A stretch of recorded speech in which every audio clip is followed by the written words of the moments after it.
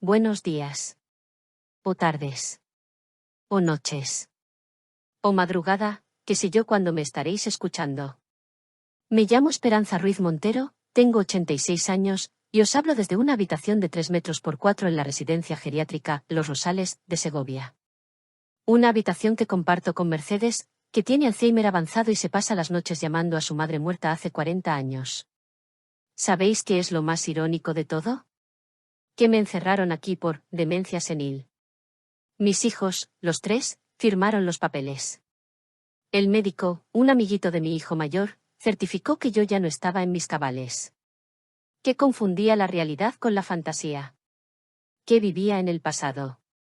Que era un peligro para mí misma. Y todo porque un día les dije la verdad. Les dije que mis encajes estaban en el Palacio Real. Se miraron entre ellos con esa mirada de pena condescendiente que se les pone a los locos y a los niños. Sí, mamá, claro que sí. Tus encajes en el Palacio Real. Y yo soy el rey de España. Pues no, hijo. Tú no eres el rey de España. Eres un mediocre funcionario de Hacienda que se cree importante porque tiene un despacho con ventana. Pero mis encajes sí están en el Palacio Real. 23 piezas exactamente. Y están valorados en 4.300.000 euros. Pero me estoy adelantando. Las historias, como los encajes, hay que tejerlas desde el principio, cruzando cada hilo en su momento exacto, con paciencia, con precisión. Si no, el dibujo no sale.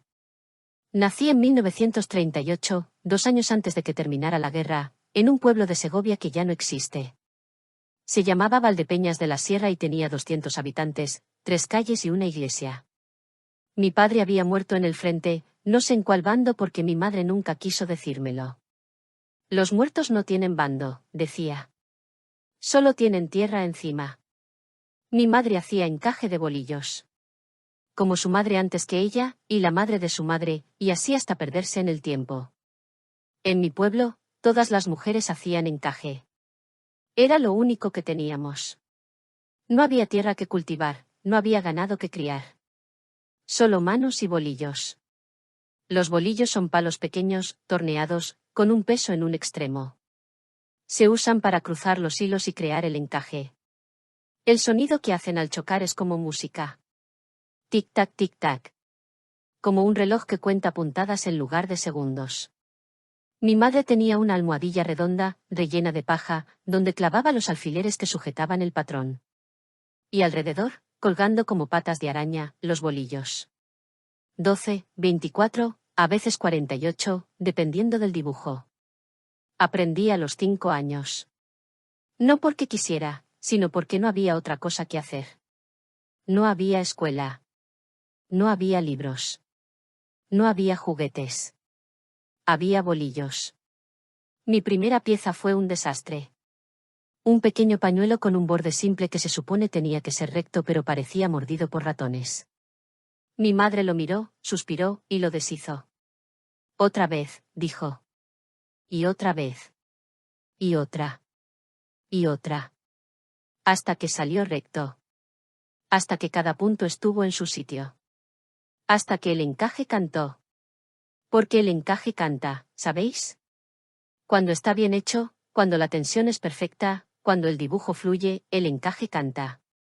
Es un sonido que solo las encajeras podemos oír. Como un suspiro de satisfacción del hilo. A los 10 años, yo era la mejor encajera del pueblo después de mi madre. A los 12, era mejor que ella. No por talento natural, sino por necesidad. Mi madre enfermó de los pulmones. El polvo de la paja, los inviernos fríos, la humedad de las casas de piedra. Tosía sangre mientras trabajaba, y las gotas caían sobre el encaje blanco como pétalos de amapola. No importa, decía. La sangre se quita con agua fría y sal. Pero sí importaba. Cada gota era un día menos de vida. Cuando tenía 14 años, vino al pueblo una señora de Madrid. Se llamaba doña Carmen Polo de Franco. Sí, esa Carmen Polo. La mujer del generalísimo. Venía en un coche negro enorme, con escolta, como una aparición de otro mundo. Había oído hablar de los encajes de nuestro pueblo y quería verlos. Las mujeres sacaron sus mejores piezas. Mantillas, pañuelos, cuellos, puños. Todo blanco, inmaculado, perfecto. Doña Carmen lo miraba todo con ojos de tasadora, tocando aquí, examinando allá. Cuando llegó a nuestra casa, mi madre estaba en cama, tosiendo. Yo estaba trabajando en una mantilla de 3 metros, un encargo para una novia de Segovia. Doña Carmen se paró en seco. ¿Quién ha hecho esto? Yo, señora. ¿Tú? ¿Cuántos años tienes? 14, señora. Se acercó a la almohadilla. Examinó el trabajo con una lupa que sacó del bolso. Siguió el dibujo con el dedo, sin tocar el hilo. Contó los bolillos. 48. ¿Dónde has aprendido este punto? Es el punto de Valdepeñas, señora. Solo lo sabemos hacer aquí.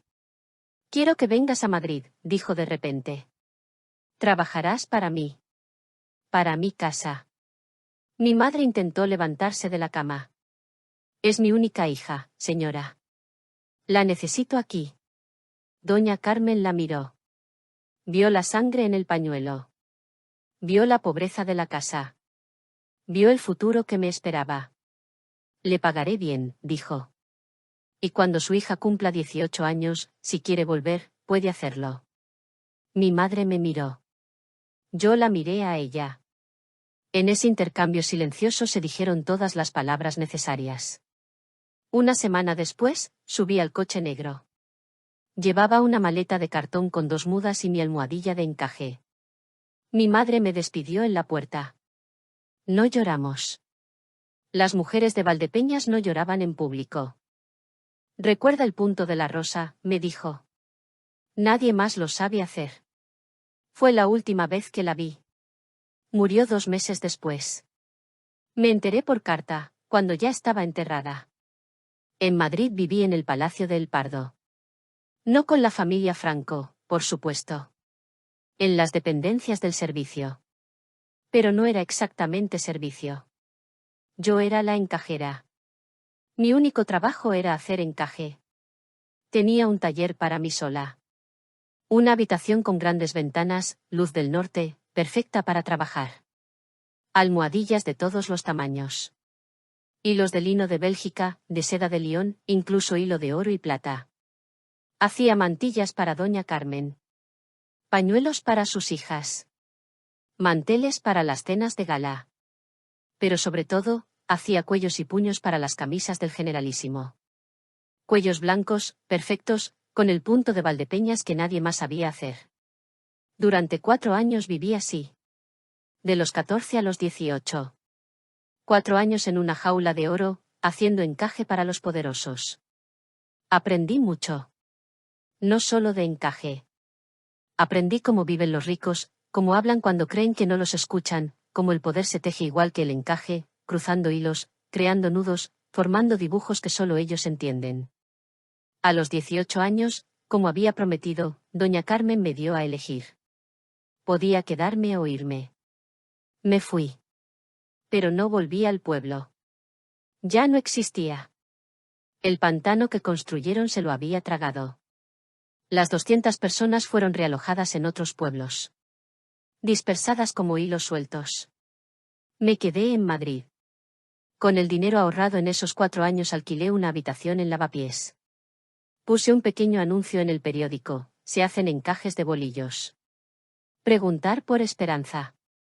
El primer encargo vino de una antigua compañera de servicio en El Pardo. Necesitaba un cuello para el uniforme. Luego vino otra. Y otra. Y de repente, sin darme cuenta, me había convertido en la encajera secreta de la alta sociedad madrileña. Porque era un secreto.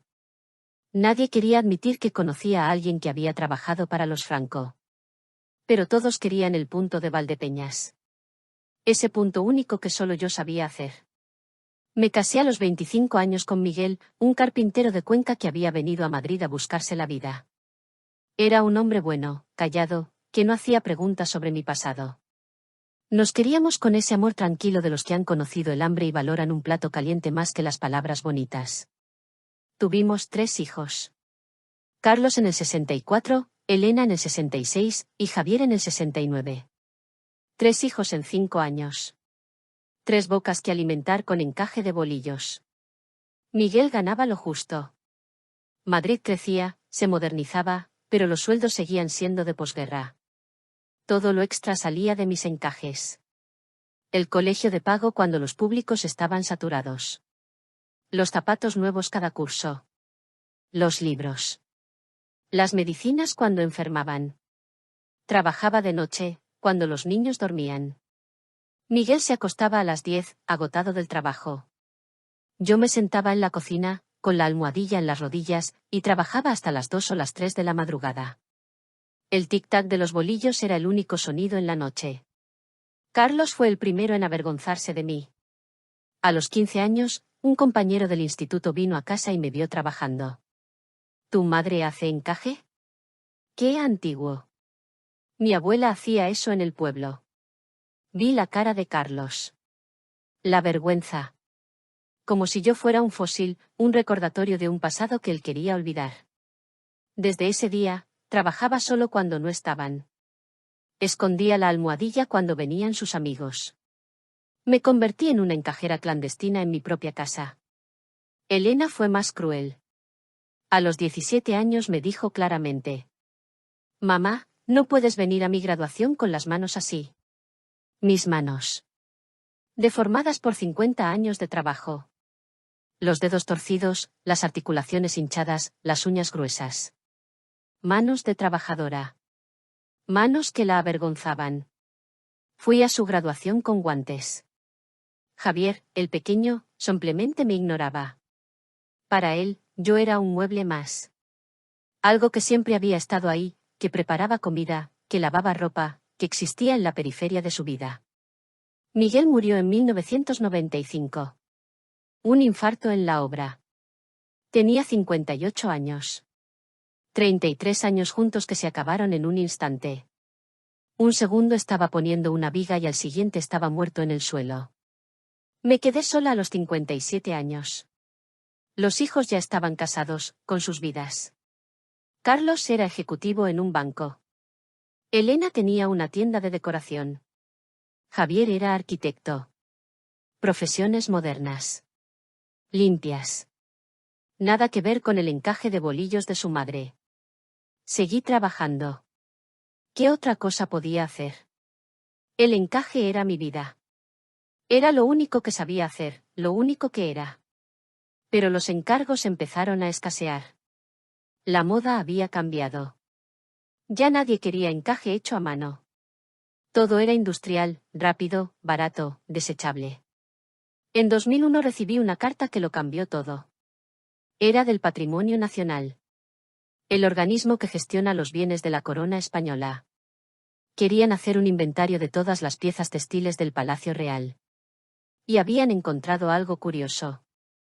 23 piezas de encaje, fechadas entre 1952 y 1956, con una técnica única. El punto de Valdepeñas. Un punto que, según sus investigaciones, se había perdido con la desaparición del pueblo en 1959. Pero las piezas estaban firmadas. Con una E minúscula, casi invisible, trabajada en el mismo hilo del encaje. Mi firma. La que doña Carmen me había obligado a poner en cada pieza, para control de calidad. Me convocaron a una reunión. Fui al Palacio Real por primera vez desde que tenía 18 años. Los mismos pasillos, los mismos techos altísimos, el mismo olor a cera y poder. La conservadora textil era una mujer joven, entusiasta, con ojos que brillaban cuando hablaba de tejidos antiguos. Señora Esperanza, ¿es usted la autora de estas piezas? Me mostraron las fotografías. Mantillas, cuellos, puños, pañuelos. Mi trabajo de adolescente. Perfecto, inmaculado, congelado en el tiempo. Sí, soy yo. ¿Y puede confirmar que usted es la última persona viva que conoce el punto de Valdepeñas? Que yo sepa, sí. La mujer casi saltó de la silla. Señora Esperanza, ¿se da cuenta de lo que significa esto? Es usted un tesoro nacional. Un patrimonio vivo. Esta técnica, creíamos que se había perdido para siempre. Me ofrecieron un trabajo. Documentar la técnica. Enseñarla a nuevas generaciones. Restaurar piezas antiguas. Un sueldo digno, reconocimiento, respeto. Acepté. Durante los siguientes 15 años, trabajé para Patrimonio Nacional. Restauré encajes del siglo XVI. Enseñé a jóvenes artesanas. Escribí un manual sobre el punto de Valdepeñas. Di conferencias en universidades.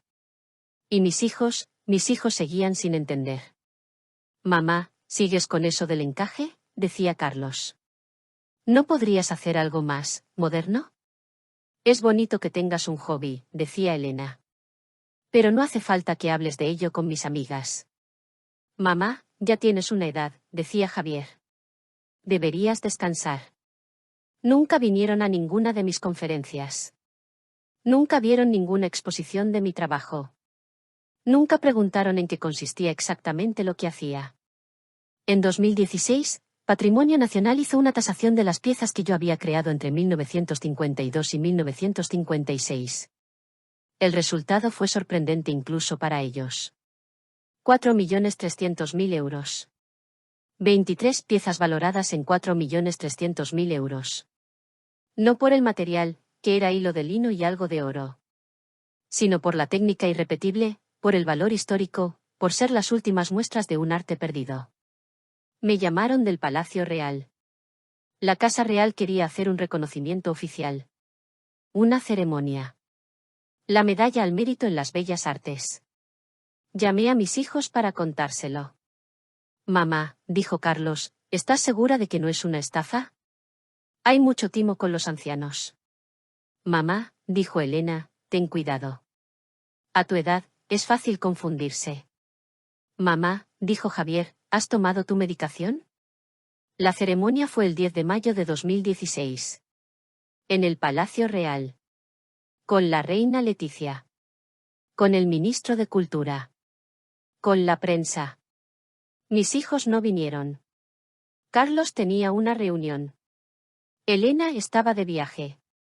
Javier tenía una obra importante. Fui sola. La reina Leticia me puso la medalla. Me dio 2 besos. Me dijo que era un honor conocerme. Que mi trabajo era extraordinario. Que España me debía mucho. Los periódicos publicaron la noticia. Esperanza Ruiz, la última encajera del punto perdido. La mujer que guarda en sus manos 5 siglos de historia. Del Pardo al Palacio Real, la increíble historia de la encajera de los Franco. Y entonces sí llamaron mis hijos. Todos a la vez. Preocupados. Alarmados. Furiosos. Mamá. ¿Por qué no nos dijiste nada? ¿Trabajaste para Franco? ¿Tus encajes valen millones? ¿Por qué no nos avisaste de la ceremonia? Vinieron a casa los 3 juntos. Primera vez en 10 años. Mamá, tenemos que hablar. Se sentaron en mi salón, en el mismo sofá donde su padre solía dormirse, y me interrogaron como si fuera una criminal. ¿Cuánto valen exactamente tus trabajos? ¿Tienes más piezas? ¿Dónde están? ¿Has hecho testamento? Les enseñé el certificado de tasación. Vi cómo sus ojos se agrandaban con cada cero. Mamá, dijo Carlos, el ejecutivo de banco, necesitas asesoramiento financiero. Yo puedo ayudarte. Mamá, dijo Elena, la decoradora, deberías exponer tu trabajo. Yo conozco galerías. Mamá, dijo Javier, el arquitecto, podrías vender esto por una fortuna. No está en venta, dije. Pero mamá, piensa en el dinero. No necesito dinero. Tengo mi pensión. Tengo mi trabajo. Tengo suficiente. Pero nosotros somos tus hijos. Ese patrimonio es familiar. Ese patrimonio, dije lentamente, lo creí yo sola, con estas manos deformes que os avergonzaban. Mientras vosotros dormíais, mientras ibais al colegio que pagué puntada a puntada, mientras os convertíais en profesionales respetables que se avergüenzan de su madre encajera. Se fueron enfadados. Pero volvieron. Una y otra vez. Con propuestas, con planes, con ideas para monetizar mi arte. Y cuando vieron que no cedía, tomaron medidas drásticas. Fue Carlos quien tuvo la idea. Elena quien encontró al médico. Javier quien preparó los papeles. Un día de septiembre de 2018, apareció en mi casa un médico joven con maletín y bata blanca. Señora Esperanza, vengo a hacerle una evaluación cognitiva. No he pedido ninguna evaluación. Sus hijos están preocupados. Dicen que tiene usted delirios. ¿Qué cree que sus trabajos están en el Palacio Real? No lo creo. Lo sé. Es un hecho documentado. Sacó unos papeles. ¿Puede enseñármelos? Están en el Palacio Real. Ya se lo he dicho. Ah, claro. En el Palacio Real. ¿Y la reina los usa? No los usa. Están en la colección de Patrimonio Nacional. Ya veo. ¿Y dice usted que valen millones? 4.300.000 euros, según la tasación oficial. El médico tomaba notas. Vi lo que escribía, delirios de grandeza. Confabulación. Posible demencia senil. Señora Esperanza, ¿qué día es hoy? Jueves, 13 de septiembre de 2018. ¿Quién es el presidente del gobierno? Pedro Sánchez. ¿Cuántos hijos tiene? 3. 3 hijos que quieren encerrarme para quedarse con mi trabajo. Más notas, paranoia. Ideación persecutoria. 2 semanas después vinieron a buscarme. Una ambulancia. 2 enfermeros. Mis 3 hijos con caras de funeral. Es por tu bien, mamá. Necesitas cuidados especializados. Estarás mejor atendida. Me resistí. Grité. Lloré. Les dije a los enfermeros que era un error, que estaba perfectamente bien, que mis hijos querían robarme. Agitación. Resistencia al tratamiento. Confirma el diagnóstico. Me sedaron. Me metieron en la ambulancia. Me trajeron aquí. La residencia geriátrica Los Rosales. Un nombre bonito para un lugar donde aparcan a los viejos que estorban. El primer mes intenté explicarle a todo el mundo la verdad. A las enfermeras, al director, a otros residentes. Les hablaba de mis encajes, del Palacio Real, de la medalla que me dio la reina. Sí, señora Esperanza. Claro que sí. Ahora tómese las pastillas. Las pastillas. Pequeñas, blancas, redondas. Para la agitación, decían. Para que esté tranquila. Para que no moleste. Las pastillas me dejaban atontada. Las manos me temblaban tanto que no podía ni coger un bolillo. La vista se me nublaba. La lengua se me trababa. Dejé de tomarlas. Las escondía bajo la lengua y las escupía cuando no miraban. Poco a poco, mi mente volvió a aclararse. Pero aprendí a callarme. A sonreír. A asentir. A ser la viejita dócil que esperaban. Mientras tanto, mis hijos actuaban. Consiguieron una incapacitación judicial. Alegaron demencia senil, delirios, incapacidad para gestionar su patrimonio. El juez, con el informe médico en la mano, les dio la razón. Ahora Carlos gestiona mi dinero. Elena tiene poder notarial sobre mis propiedades. Javier controla mi obra. Han vendido mi casa. Para pagar la residencia, dicen. Una residencia que cuesta 3.000 euros al mes y mi casa valía 400.000. ¿Dónde está el resto del dinero? Han vaciado mi taller. Mis almohadillas, mis bolillos, mis hilos. Todo vendido o tirado. Ya no lo necesitas, mamá. Y lo peor, han contactado con Patrimonio Nacional. Como mis tutores legales, quieren gestionar mi legado. Quieren vender los derechos de reproducción del punto de Valdepeñas. Quieren comercializar mi técnica. Quieren convertir mi arte en dinero. Pero no saben algo. Algo importante. Nunca enseñé el punto completo. Ni siquiera a las alumnas de Patrimonio Nacional. Les enseñé una versión simplificada, bella pero no igual. El punto verdadero, el punto de mi madre, el punto de mi pueblo muerto, lo guardo aquí. En mi mente supuestamente senil. En mis manos supuestamente inútiles. Y tengo un plan.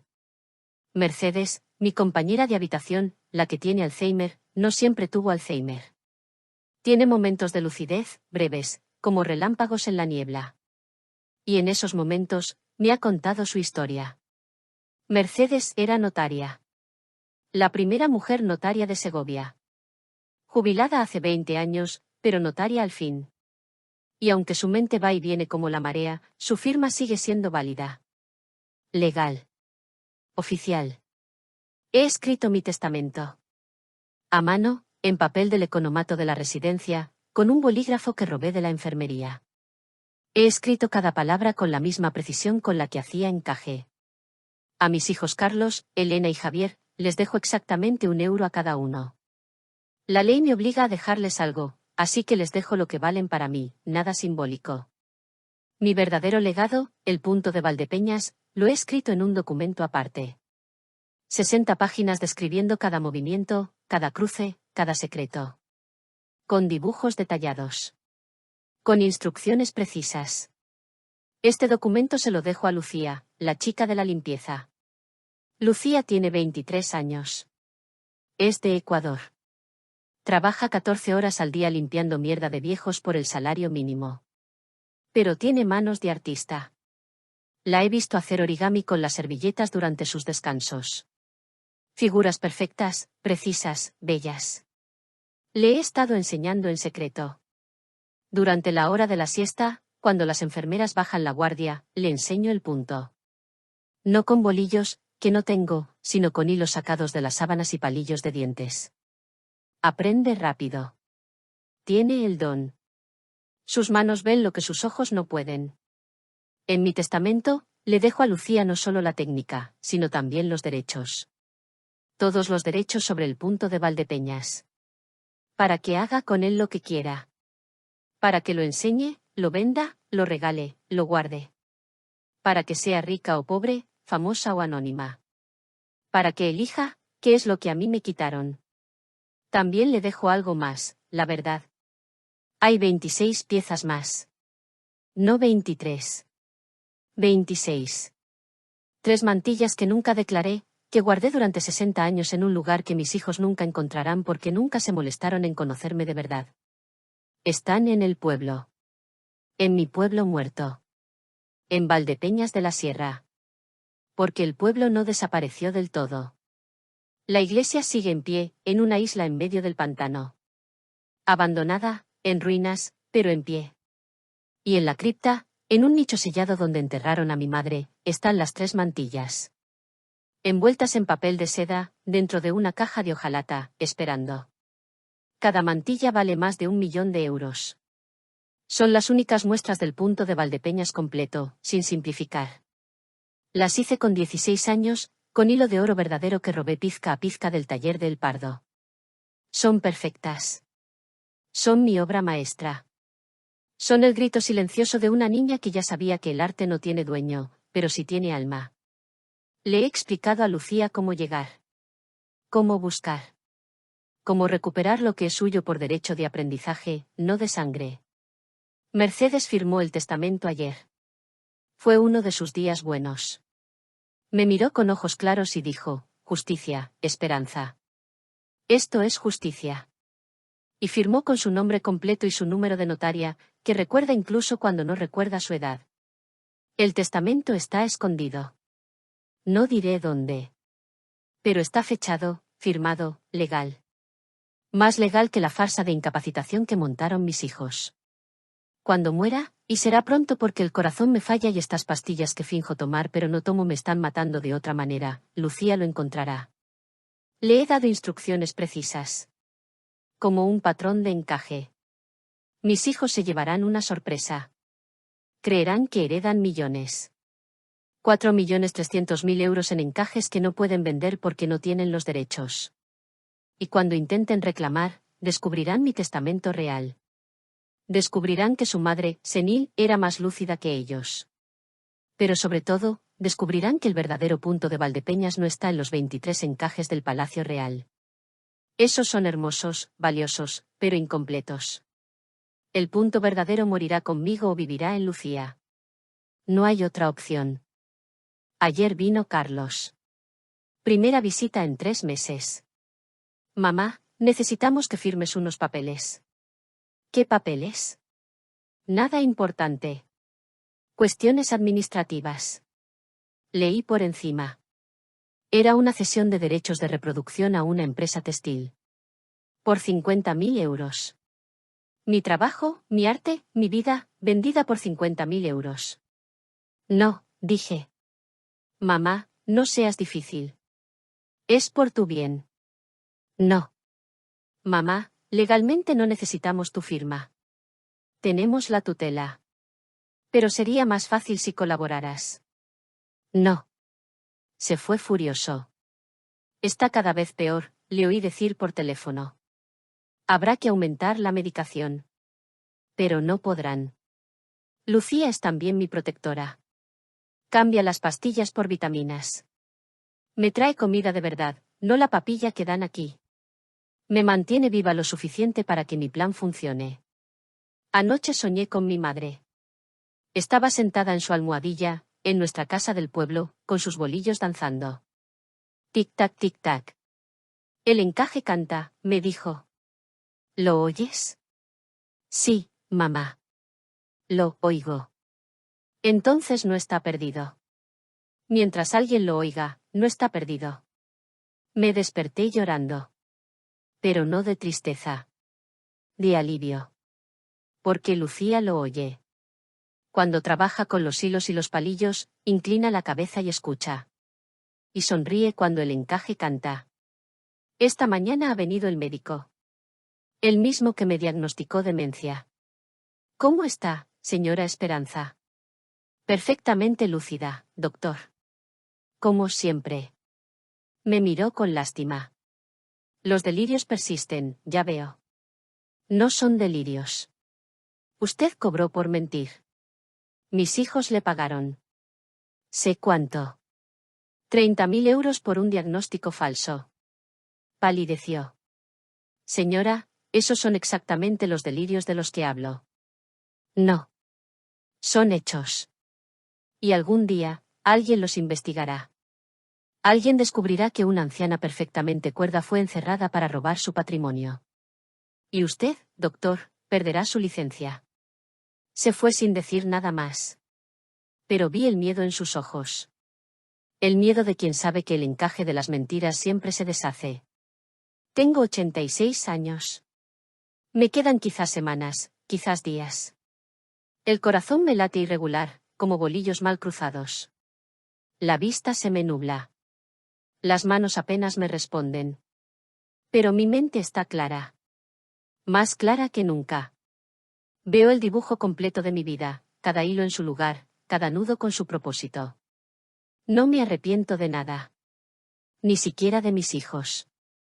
Porque sin ellos, sin su traición, Lucía nunca habría aprendido el punto. El arte habría muerto conmigo.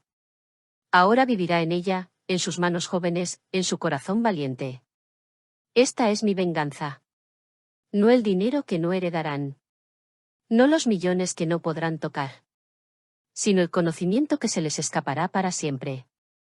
El punto de Valdepeñas vivirá. Pero no en sus manos codiciosas. Vivirá en las manos de una inmigrante que limpia baños, que me cambia los pañales, que me escucha cuando todos me creen loca. Poético, ¿no? El arte más refinado de España, el encaje de reinas y nobles, pasando de una anciana demente a una chica sin papeles. De las manos deformes de una vieja a las manos esperanzadas de una joven. Mis hijos lo descubrirán cuando sea tarde. Cuando intenten vender mi técnica y descubran que no la tienen. Cuando busquen mis trabajos y encuentren solo vacío.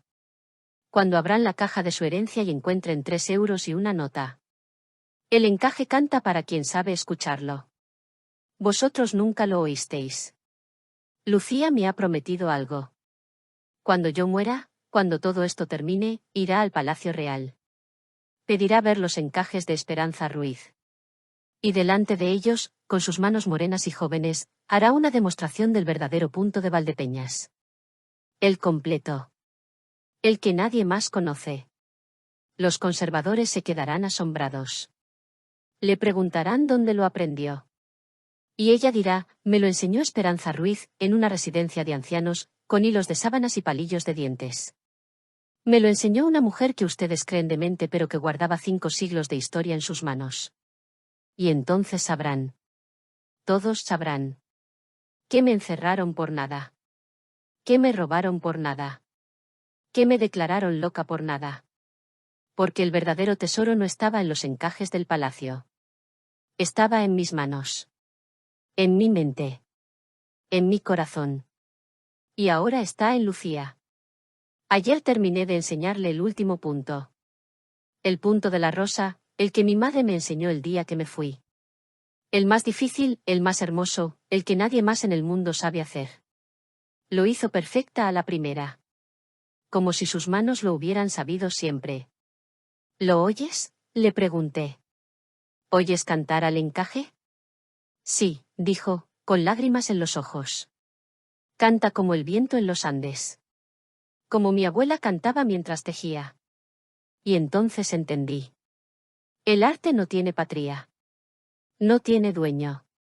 No tiene edad ni clase social. El arte es de quien lo ama, de quien lo respeta, de quien lo escucha cantar. Mis hijos nunca lo oyeron. Estaban demasiado ocupados contando euros. Pero Lucía lo oye. Y por eso, ella es mi verdadera heredera. Esta mañana me he despertado con las manos quietas. No me duelen. Por primera vez en 70 años, no me duelen. Es la señal. El hilo llega al final. El último nudo está por hacer. He llamado a Lucía. Le he dado el último secreto. La ubicación exacta del testamento. Las palabras que debe decir. Los pasos que debe seguir. Me ha abrazado. Huele a lejía y a juventud. A futuro. Gracias, me ha dicho. No, le he respondido. Gracias a ti. Por escuchar. Por aprender. Por continuar. Ahora estoy aquí, hablando a esta máquina que Lucía me ha conseguido. Contando mi historia para que quede registrada. Para que cuando mis hijos intenten decir que estaba loca, exista mi voz diciendo la verdad. No estoy loca. Nunca lo estuve. Soy Esperanza Ruiz Montero, la última encajera del punto de Valdepeñas. Mi trabajo está en el Palacio Real. Vale 4.300.000 euros. Tengo una medalla al mérito en las bellas artes. Y he elegido a mi sucesora. Lucía Quispe Mamani, de Cochabamba, Bolivia. 23 años. Manos de artista. Corazón de oro. La nueva guardiana del punto de Valdepeñas. Mis hijos se reirán cuando lo sepan. Una india, dirán. Le hemos dado nuestra herencia a una india. Pero Lucía no es una india. Es una artista. Como yo. Como mi madre. Como todas las mujeres de mi pueblo muerto que hacían cantar al encaje. Y cuando mis hijos vayan al Palacio Real y vean a Lucía demostrando el punto verdadero, cuando vean a los conservadores, a los expertos, a la prensa, tratándola con el respeto que nunca me dieron a mí, entonces entenderán. Entenderán que el arte no se hereda por sangre. Se hereda por amor. Y ellos nunca amaron mi arte. Solo amaron lo que creían que valía. Pero el verdadero valor del encaje no está en los euros. Está en el canto. En el tic-tac de los bolillos. En el susurro del hilo. En la satisfacción de un punto perfecto. Eso es lo que le dejo a Lucía. No dinero. Arte. No euros. Eternidad. Porque dentro de 100 años, cuando todos estemos muertos, el punto de Valdepeñas seguirá vivo. En las manos de Lucía. En las manos de sus alumnas. En las manos de mujeres que aún no han nacido. Y en cada punto, en cada cruce, en cada nudo, estará mi madre. Estaré yo. Estará mi pueblo ahogado. Estaremos todas las mujeres que hicimos cantar al encaje cuando el mundo nos decía que nos calláramos. Esa es mi venganza. Esa es mi victoria. Esa es mi herencia. No 3 euros para 3 hijos ingratos. Sino 5 siglos de arte para una joven que supo escuchar. El encaje canta. ¿Lo oís? Escuchad bien. Porque es el sonido de la justicia. El sonido del karma. El sonido de una vieja, demente, que resultó ser más lista que todos. Tic-tac, tic-tac. Como un reloj que cuenta no el tiempo que queda, sino el tiempo que permanecerá. Para, siempre. Ahora voy a dormir. Y quizás no despierte. Pero no tengo miedo. He terminado mi encaje. El dibujo está completo. Cada hilo en su lugar. Si alguien encuentra esta grabación, si alguien la escucha, que sepa la verdad. No estoy loca. Nunca lo estuve. Soy Esperanza Ruiz Montero. Soy la última encajera del punto de Valdepeñas. Y he ganado. Asterisco asterisco, fin del roteiro, duración estimada, 38 a 42 minutos, asterisco asterisco.